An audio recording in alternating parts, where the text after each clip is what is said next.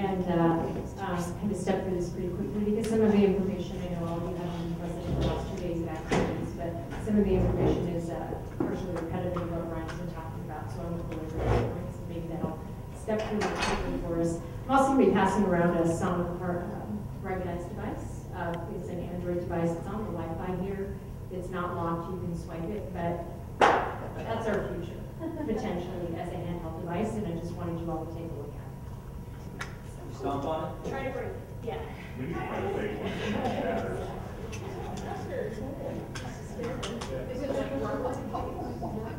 It's a completely ruggedized case, rubber composite of some sort, perhaps. It's an Android device. It's like Android in an OtterBox, but it's not intrinsically safe. Those are coming. But you can take it out, drive a fire truck over it, you know, and chances are it would be usable.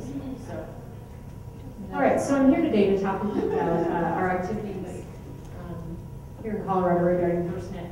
Hopefully, all of you know what that is. If you don't, it's the First Responder Network Authority, which is a federal agency within the U.S. Department of Commerce, National Telecommunications and Information Administration, and they're tasked legislatively since 2012 with planning for, and eventually deploying the very first public safety broadband network across the country. So think of your land mobile radio networks, which are proprietary, and you have priority dedicated access for public safety responders for mission critical voice. This is intended to be the equivalent network for mission critical data capabilities. Every state and territory is tasked with planning for that. In Colorado, the Governor's Office of Information Technology and Brian Shepard, as the single point of contact, is tasked with ensuring that we plan with all of you, the entire public safety responder community, from 911 all the way to fire, law, EMS, emergency management, and lots of other secondary responders to ensure that your inputs to this process are gathered and your voice is heard. So I'm going to step through quickly kind of what FirstNet is, and I really want to share with you what we've been doing in the past year and why we think it's critical that the 911 community remain engaged.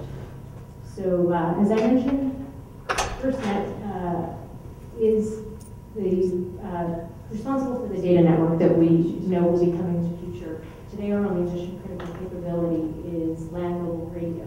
So our voice works on those systems. We know, usually with 5 nines reliability, that our responders can communicate with dispatch and amongst each other, and that's great. But in this day and age, actually, responders, chances are they use data communications in their communities more often than they use voice nowadays. They're using their MDTs, they're using their agency-issued cell phones, sometimes perhaps they're using their personal cell phones. They need data to do their job, and this network is intended to support that. So I'll step through this. The reason why the dedicated network is needed is because the commercial carrier networks, while they have fulfilled the mission for many years, we think they are no longer adequate for a few reasons. First of all, there's congestion on the networks, certainly in populated areas like the Denver metro area or other Grand Junction, Fort Collins, Pueblo, Colorado Springs. We have congestion on those networks. We heard anecdotally a number of years ago from one of the Douglas County responders that pretty much during the school hours 7 to 9 and 3 to 5, they couldn't use their MDTs because kids were out of school or getting to school and they were on their phones, and that impacted the officer's ability to transact data. Coverage is also an issue, a huge issue for rural Colorado, the western United States, many other areas. Frankly, the commercial carrier networks, because they lack a business case, they don't build their networks in all of the areas that responders go. So FirstNet anticipates that they will aim to provide a solution or attempt to resolve that problem in many different creative ways. And then outages that you guys have talked about, 911 related outages, but the commercial carrier outages, their business cases, if they lose a site, they can, the public deals with degraded service, and that's just the cost of doing business, and the general public knows that that's kind of the situation we deal with. But we know with responders, they need a more resilient, hardened network than that. So FirstNet intends to resolve, or endeavors to provide a solution to that problem. I like to think that the PSAP is the nexus to all of this. Through legacy and next-gen 911, whether on your legacy network or ESI networks or some hybrid combination for the long term, you're providing mission-critical data information, or you're receiving it from the community. You're getting text. You're going to be getting multimedia messages, whether that is videos, photographs, other communications that we aren't even necessarily thinking of yet. They're coming into the PSAP. The PSAP is the analyzer or receiver, analyzer, and disseminator of that information, which we then want to push out to the first responders in the field. How do we do that? Well, by voice, we do that with our existing land mobile radio networks, with FirstNet and the Public Safety Broadband Network. We're going to be doing that with data, and eventually with voice over LTE. So you guys are really kind of the linchpin to this process in the future. Brian had this yesterday, so I decided to steal it from him. Creativity and collaboration, that's really where we're headed. We're not actually trying to sell you on whether your agency needs to use FirstNet in the next few years. What we're trying to tell you is that the technology landscape is evolving and that you all need to participate and have a voice and a decision in where your agencies are going with this. And the infrastructure is very expensive, independent of the services. We know we can share the infrastructure, and that's something we need to be thinking about. He talked about this a little bit yesterday, but there's billions of dollars headed our way through the federal government in the spaces of education, E-rate funding, telehealth, and economic development, over $12 billion. Somebody hit him up and said, well, Athena, I think you said that there's nothing free in this world. That's true. Some of these funds may also require matching dollars, but at a 20 or 25% match rate, that's still a significant investment that's being made by the federal government on your behalf. Within the state agencies, not only on the statewide 800 system, but across the Denver systems, the MARC system, other non-800 or non-P25 systems, there's still significant investment in your land mobile radio systems, and that should continue. The state is actually beginning on about over many years, I think 5 years, a $50 million upgrade to their microwave backbone. And that will potentially provide broadband services across the state, especially in rural areas. So those investments are critical, and they can be leveraged not only for 911, but for public safety broadband. $115 million will be forthcoming in the next, I anticipate, year, 18 months for next-gen 911, and as discussed yesterday, really needs to be a regional or statewide approach to be able to have the best shot at taking those monies.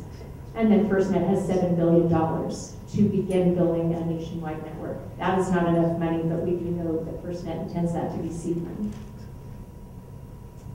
Won't hit on this too much, what Brian talked about really, again, network versus services, and all of these services that are provided not only by public safety, but also by ancillary silos, education, traffic monitoring, telehealth, they impact you as a 911 community. If your kids are receiving information through a distance learning process, and they then need to communicate with their public safety responders for something, you know, there's network capability to do that. If telehealth, the ability to when you're in the ambulance and you need to speak to a doctor, those capabilities for rural areas are critical. Traffic monitoring. I know those of you that run PSAPs along the I-70 or I-25 corridors or some of the major state highways, the ability for CDOT to intelligently manage the traffic directly impacts how you provide services to the people who are injured or stuck or have been the victim of a crime. So this all comes back to one big picture, which is the ability to provide efficient government services. And I stole his map yesterday. I kind of added some pictures to it for you, Brian, to give you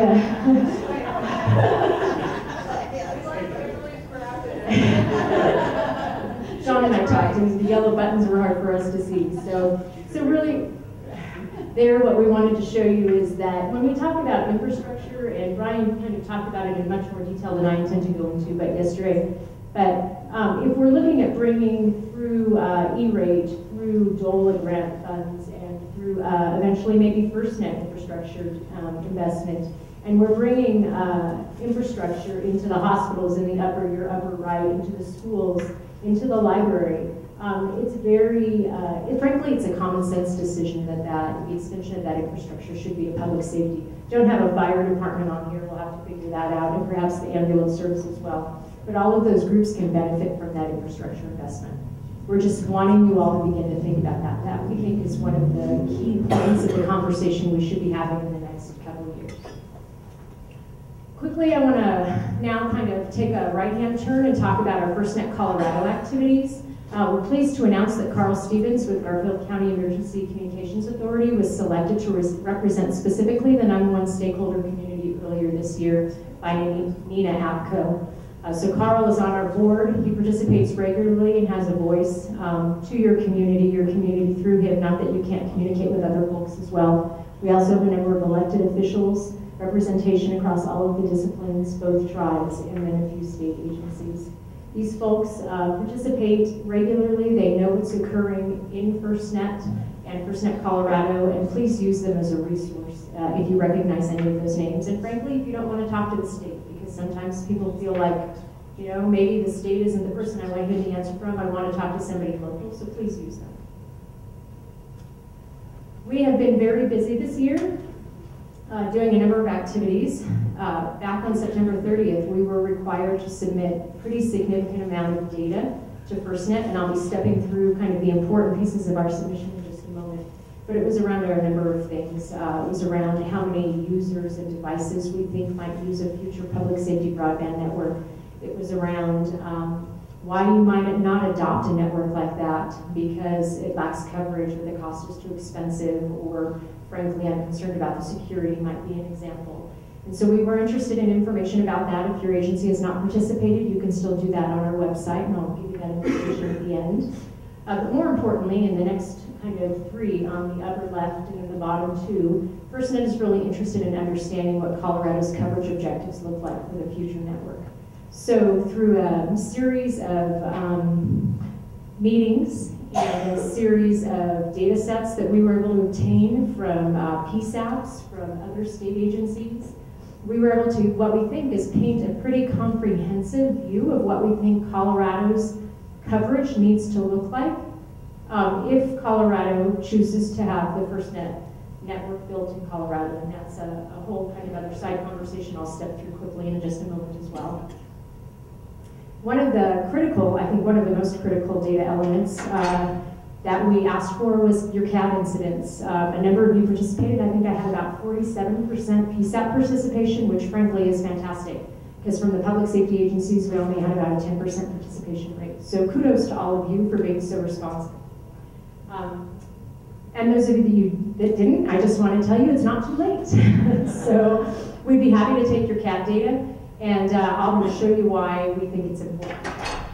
That's that lower left-hand corner. And so what we're doing then is we're modeling what coverage looks like for Colorado, not only if we opt in with FirstNet, but if Colorado were to consider looking at building their own.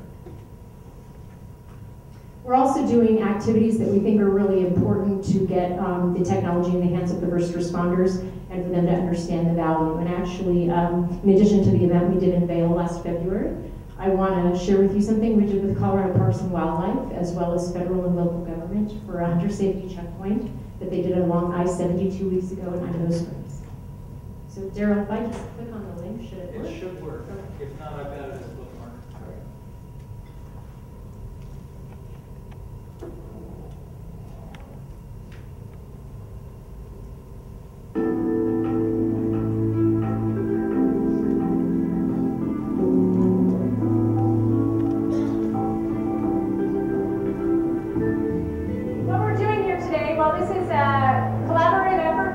Local, state, and federal government to do a hunter checkpoint along eastbound I-70, just east of Idaho Springs. And they're here at a CDOT chain-up station to stop anybody who's hunting in the state of Colorado to get biological samples, and then also to determine if they have obtained their game legally. We were contacted by Colorado Parks and Wildlife this summer to determine if we could deploy a band class 14 network, because the commercial carrier cell coverage in this area just along the curve over from Idaho Springs, it becomes diminished or degraded a little bit. So what we've done here is we've deployed a miniature standalone LTE network that has a complete EPC, eNode B, and some IMS elements. It also has 802.11ac or N Wi-Fi hotspot. This is the system that we're talking about. As you can see, it's very small. It's a complete network solution in a box. We're running 3 separate tight communications channels because we have so many people involved, over 200 people in 9 agencies. So to be able to have good communication between those groups is vital, and our radio capacity isn't enough. So we need to be able to do that with our cell phones as well, and then to be able to go in and have our computer access. For something like this, we have such a huge database that we're putting together with all of the hunters and fishermen we're having come through, probably thousands by the end of it. To be able to have the capacity to download all that information, the number of people, if we had any violations, what type of animals we had coming in, where people are from, success across the state, all of that's going to be compiled, and we'll be able to pull it real time so we can report back and tell what's happening across the state. To have some devices that we can make our contacts with and have that record somewhere other than chicken scratch in our shirt pocket will go a long way. Then we can have that database to go back to look at our contacts for future investigations. We'd be able to say, we saw a ship pickup. We can then use that to go into our hunting license database, CCIC, NCIC, any of those things, and put it all together for investigations, dreaming lost hunters, things like that.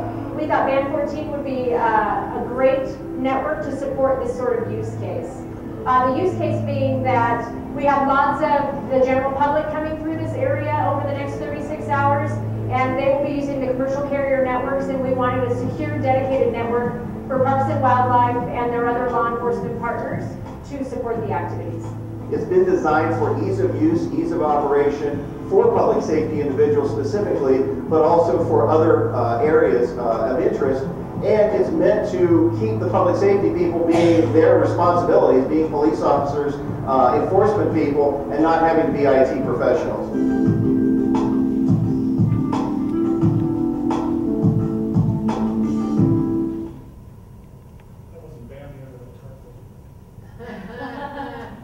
So, funny story on that. The original edit of that was a little more graphic, and I said, just so you know, maybe we want to tone that down. Colorado's a huge hunting state, but yes.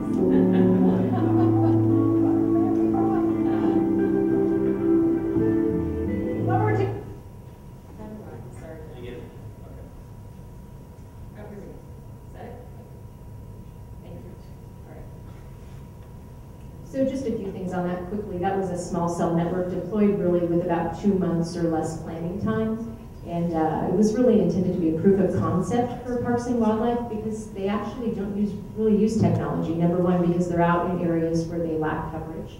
And number two, they didn't understand the value of even simple access to database, immediate aggregation of information, connection to other live databases, and how that would empower them to deal with dangerous people with guns and knives that they knew they were going to be contacting, to have real-time information on who they were contacting, a dedicated network, so when those people came through there was no chance of them hacking the network or the databases that they were using.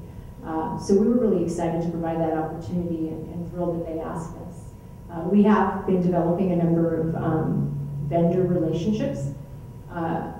And so we want to just put that out there to all of you, that if you guys have specialized or localized incidents where we can support temporary deployment of a network like this, so your people can understand how the technology works, why a dedicated network actually benefits them greater than a commercial carrier network, please contact our office. I want to make a pitch for us to support deploying these sorts of temporary networks in your jurisdiction so you understand the value in the long term.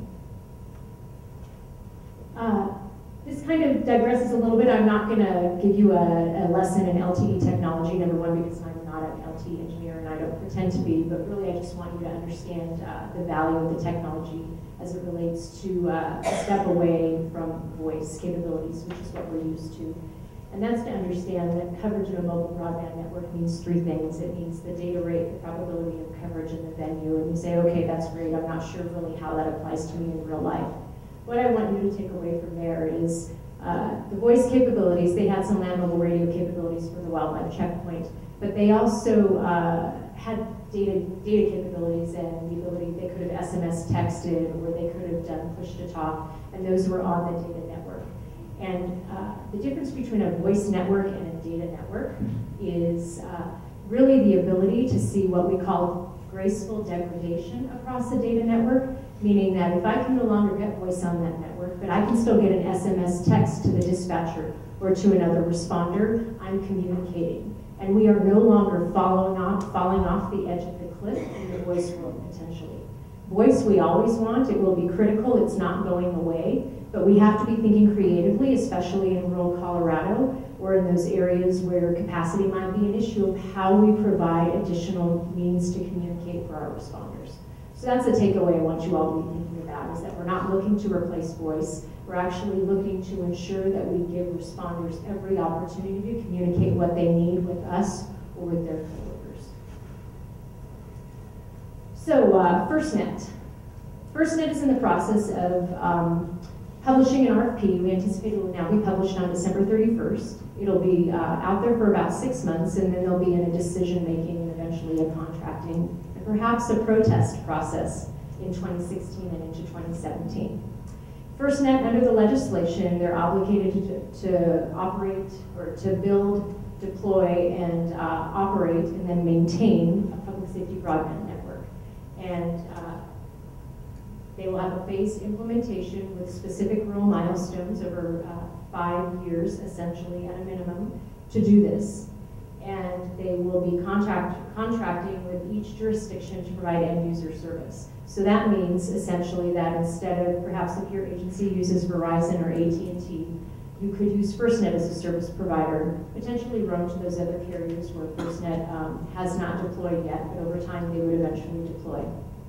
And that process is going to take into the 2017 timeframe, where they'll be obligated to provide a state plan to the governor, and the governor will have, with input from all of you in the public safety stakeholder community, the ability to choose the FirstNet network or to not choose the FirstNet network. I'm going to step through the opt-out or state radio access network alternative implementation in just a moment, because there is the legislation provides for the opportunity for every state to actually build their own network if they feel like FirstNet does not provide an adequate network for them.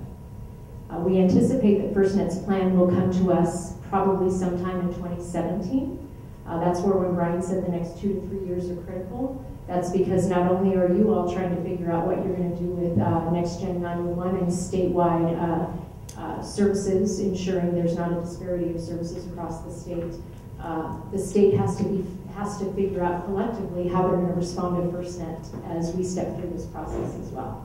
I added that ducks in a row picture because they have a lot of work to get done in that time, and 2017 would be when we get the state plan, likely begin to see implementation if you opt in 2018 through 2022.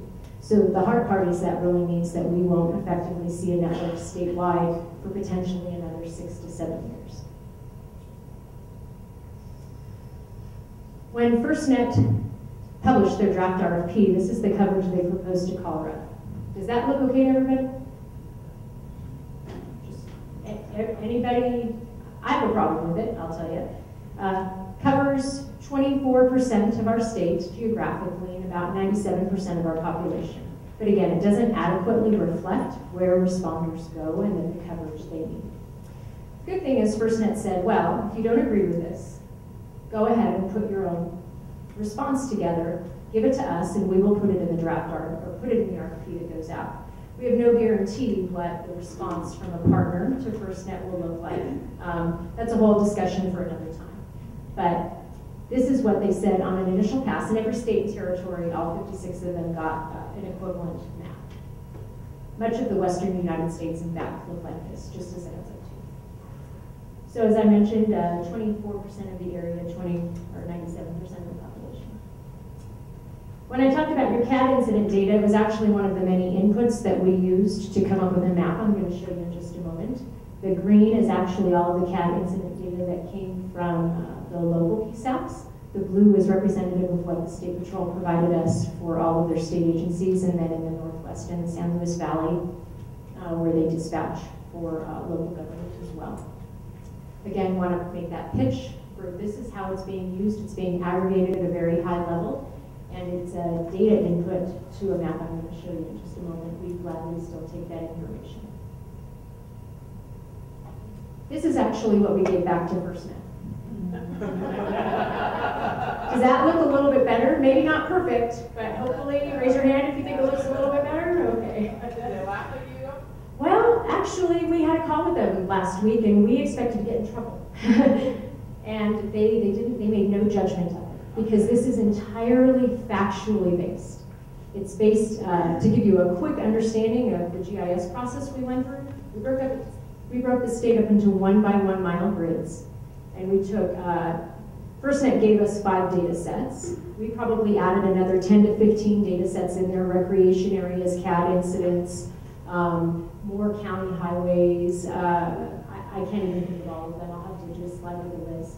And so if any of those landed in that 1 by 1 mile grid, we turned that grid on. And we said, I don't care where it is in the grid, but that's where I require coverage, because the data factually tells me that this is where people go or responders go. And this is what we came up with. We actually don't propose that this is even adequate necessarily, because as you see, there are white areas, and we know that the responders go to some of those white areas as well.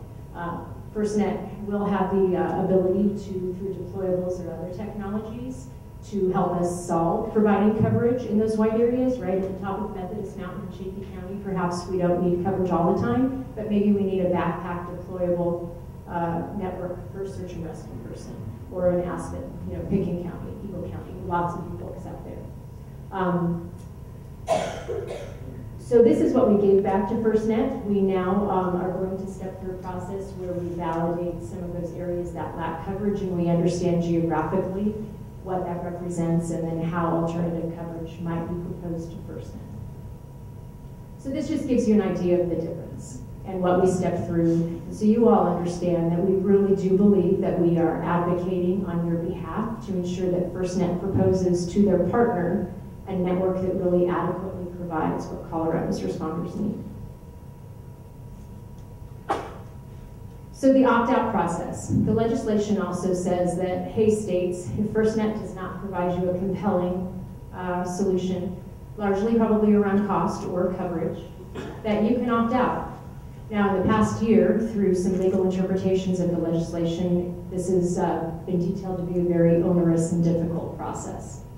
But in the end, every state has to go to their governor and say, Governor, based on the FirstNet plan, do you want in? And we don't think in Colorado we can go to our governor and say, you have FirstNet's plan, and you could choose not to do FirstNet's plan, but we don't know what that plan would be. That would make us look silly as a public safety community. So we are actually in the process of stepping through a coverage modeling effort to understand what a network like Colorado would look like from a coverage perspective, but probably equally and maybe even more importantly from a cost perspective, not only the cost to the end user, but the cost related to deploying a network using public assets, using private assets, having the backhaul needed to do that. As I mentioned in the earlier slide, that decision is going to likely come in 2017 or later. From the day that the governor's presented the plan, he has 90 days to opt in or opt out. And if he opts out, he has 180 days to do a full RFP. Again, I mentioned a very onerous process. Imagine doing a full RFP to deploy a statewide wireless network in 6 months. So that's why we're doing a lot of the planning ahead of time.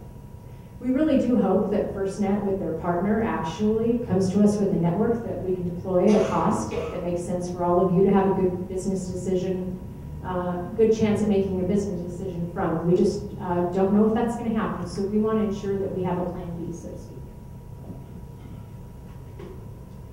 So to do that, we actually used a number of assets through the State Broadband Initiative program. They're called community anchor institutions, your schools, your hospitals, your libraries, your police stations, your fire stations, other municipal and county buildings, and using known telecom towers. We actually modeled what we thought of passive coverage using a network made up, in this instance, the map I'm going to show you as an example, of only public assets. Because one of the challenges with FirstNet, I could spend hours talking about them, is that they, through this process, they've said, because we're going to partner with a carrier or carriers in the beginning, we are not actually going to look at deploying on public assets on a first pass.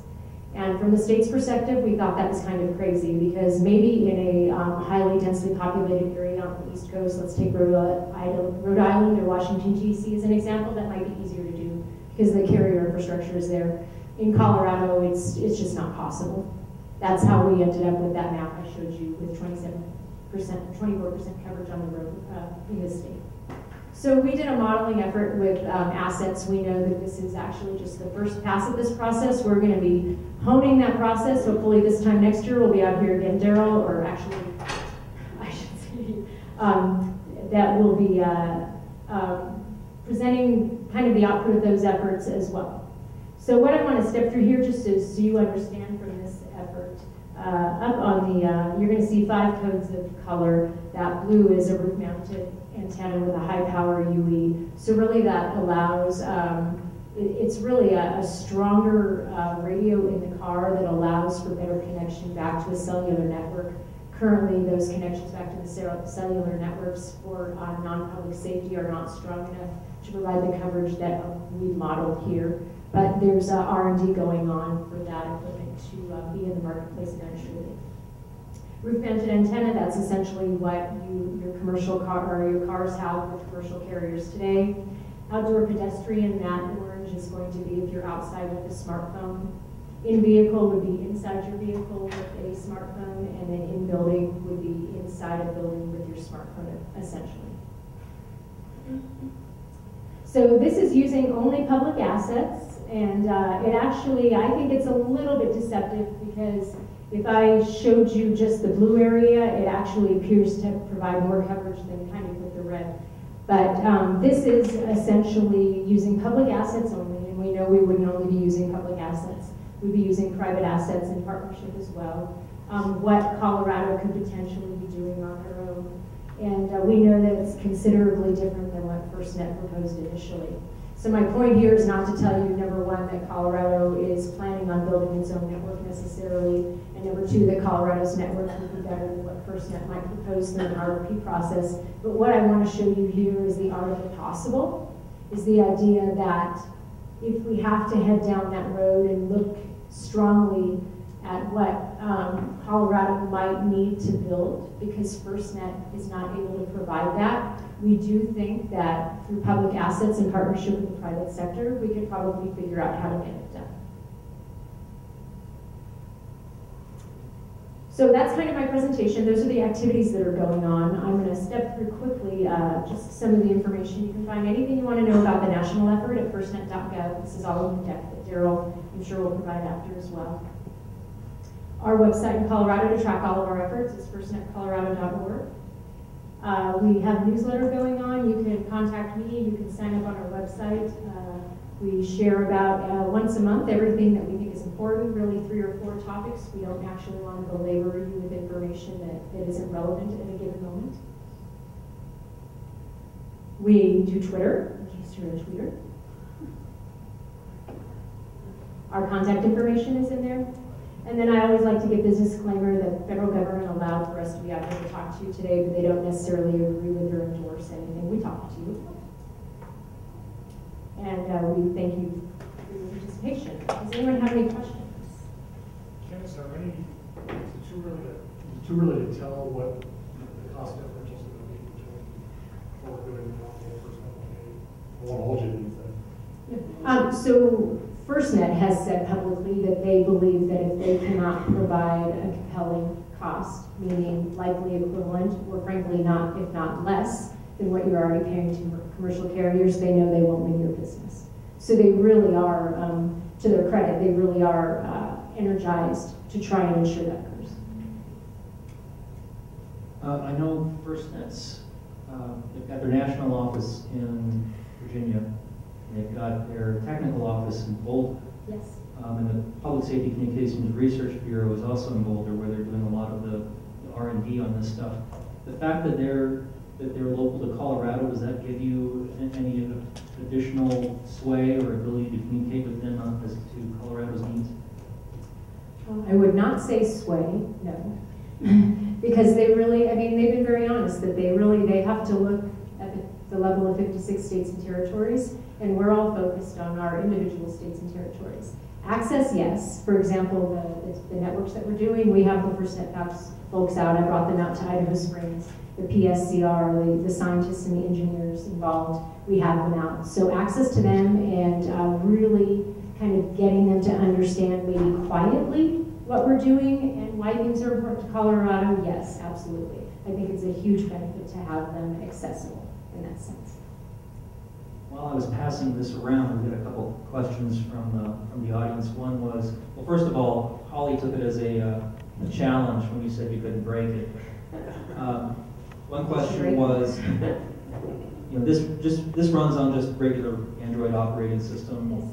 Presumably there could be, you know, an iOS version or something like that. How do you account for security concerns on the FirstNet network if you're using you know, commercially available operating systems on these devices? Right. So FirstNet's in the process of addressing that right now. There's a huge move in the ICANNs, you know, identity credentialing and access management to ensure dynamically, whether through the device, through the profile of the user, through the application, that access to the network, access to the applications on the network, and then managed from a policy level by the agency in coordination with FirstNet is addressed. It's really in its infancy stages, but I assure you that that is one of the areas they are most concerned about because of the need to secure public safety and criminal justice information. And someone else asked how much this costs.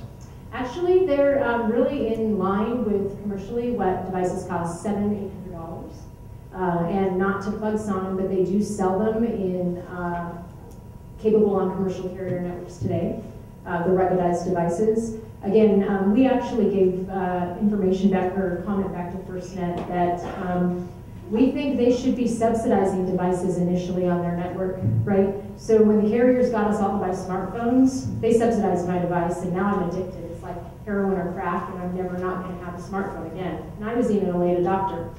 And so we've told FirstNet that if you want, especially rural agencies or agencies without budget, to have a chance at using your network and really beginning to use technology to help them better serve their communities, they have to figure out a way to put the devices in their hands inexpensively, figure out a way to help them sustain through the monthly service cost and the need to refresh the devices over every couple of years, how they support doing that. We don't know how that's going to look. But we do recognize the fact that $700 is actually a hardship to many places. It looks like it supports push to talk. Yes, it will. So push to talk over LTE is actually capable today as an over-the-top application like Skype or any Facebook Messenger chatting, that sort of thing. Not to kind of digress and get too technical on you, but there is actually internationally, all of our phones adhere to an international standard set by an organization called 3GPP, or the Third Generation Partnership Project. And internationally this is occurring. So my phone would work the same as if I went to the UK or South Korea. And the key to remember is that these were developed as commercial devices, but at that body they are now ensuring that mission-critical capabilities are going into the standard. So eventually we will see mission-critical push-to-talk as a native capability on the network and within the network, and not as an over-the-top application which risks a vulnerability or failure. In the works, not capable today, which is why your LMR networks are absolutely critical, and you should not even think about thinking you need to continue to invest in them. Any other questions for Kimberly? Yeah. Well, thank you very much. I appreciate it. Getting back on track.